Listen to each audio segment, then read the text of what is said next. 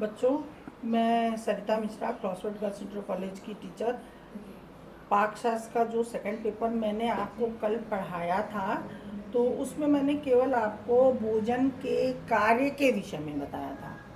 अब उसमें आपका अगला जो पॉइंट है वो आपका है कि भोजन में पाए जाने वाले तत्वों के विषय में।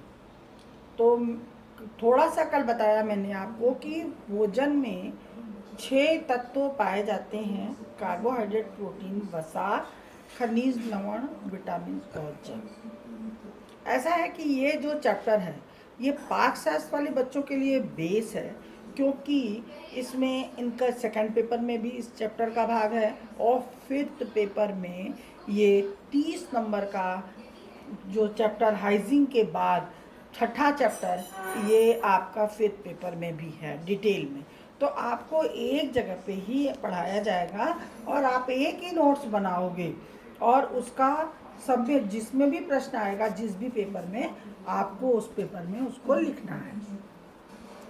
तो सबसे पहला तत्व जो है भोजन का, वो है कार्बोहाइड्रेट।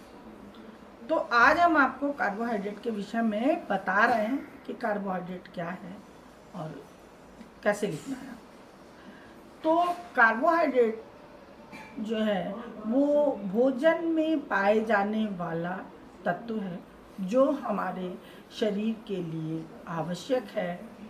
और कार्बोहाइड्रेट जो है वो स्वाद में मीठा होता है और पानी में ज़्यादातर घुलनशील होता है।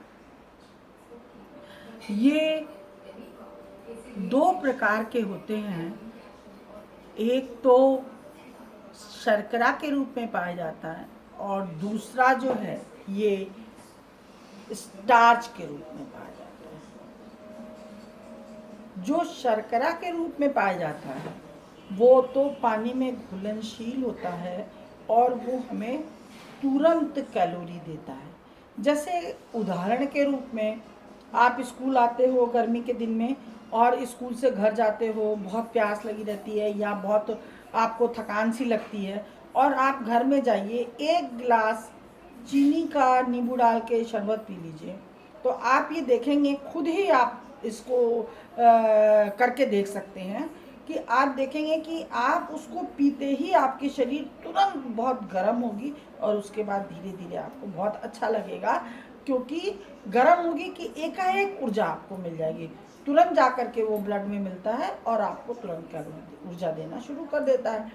उसके बाद धीरे धीरे जब आपकी बॉडी में एग्जॉर्ब होता है तो आपको बहुत अच्छा लगता है।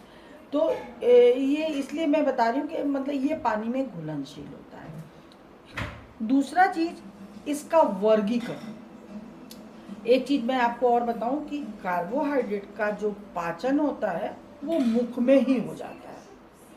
गले के पास हमारी 6 ग्रंथियां पाई जाती हैं, जो उस ग्रंथि से एक पाचक रस निकलता है।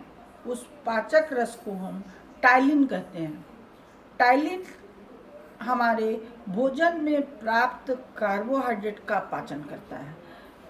तो इसलिए जितना भी कार्बोहाइड्रेट भोजन से हमारे शरीर में जाता है वो पच जाता है। कहाँ पच जाता है? आपके मुख में ही पच जाता है। कार्बोहाइड्रेट का पाचन मुख में होता है। अब कार्बोहाइड्रेट का वर्गीकरण, प्रकार तो अलग चीज हुई। प्रकार मैंने बताया कि 2 होती है, एक तो शर्करा, दूसरा स्टार्च। लेकिन वर्गीकरण उसको हम जो है 3 भागों में बांटते हैं। आपको किताब में तराजू बना के बना हुआ है, तो ऊपर आपको लिखना है कि कार्बोहाइड्रेट का वर्गीकरण। किताब खोल लीजिएगा, जब आप इसको देखिएगा तो उसमें आपका एक तराजू बना हुआ है, उसमें लिखा हुआ है ऊपर कार्बोहाइड्रेट का वर्गीकरण।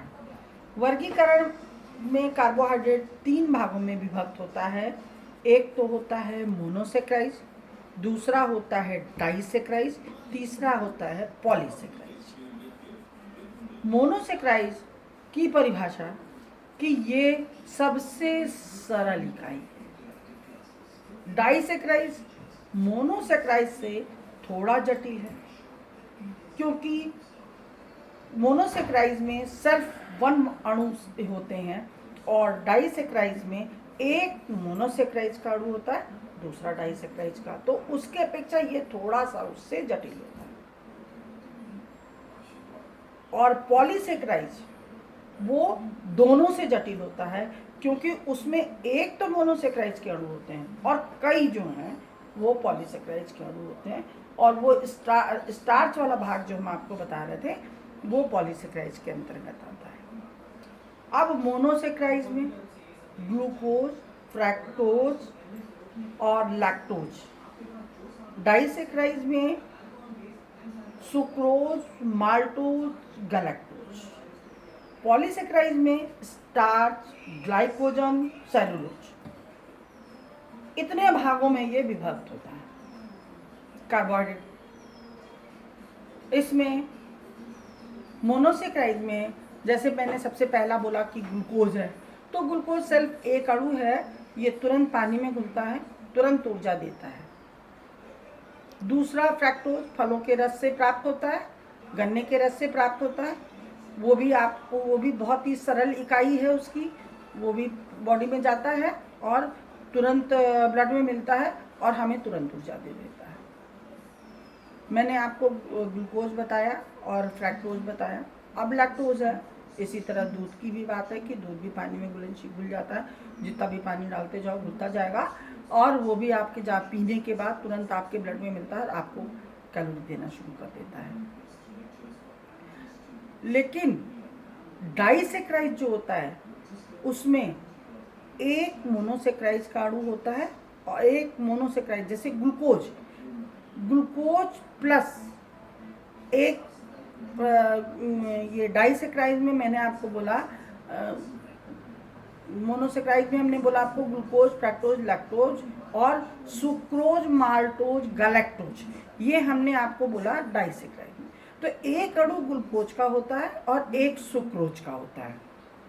इसी तरह डाइसेक्राइज के दूसरे में ग्लूकोज के एक अणु होते हैं, एक माल्टोज के होते हैं, और गैलेक्टोज में ग्लूकोज के दो प्लस ग्लूकोज के दो अणु होते हैं। तो ये भी पचने में आसान होता है और जो है सुपाच्य होता है, घुलनशील होता है।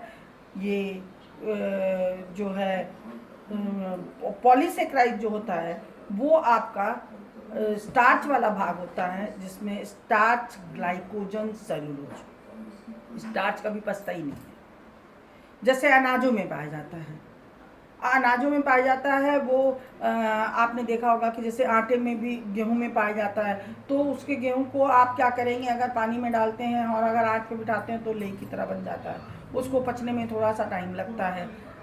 इसी तरह से जो पॉलीसेक्राइज ये है, पॉलीसेक्राइज का डिटेल हम आपको कल बताएंगे, और आज हम आपको बस कार्बोहाइड्रेट क्या है और कार्बोहाइड्रेट का वर्गीकरण के दो भाग मैंने बताए, पॉलीसेक्राइड और कार्बोहाइड्रेट के जो आगे है फंक्शन, उसके प्राप्ति के साधन, उसके ये मैं आपको कल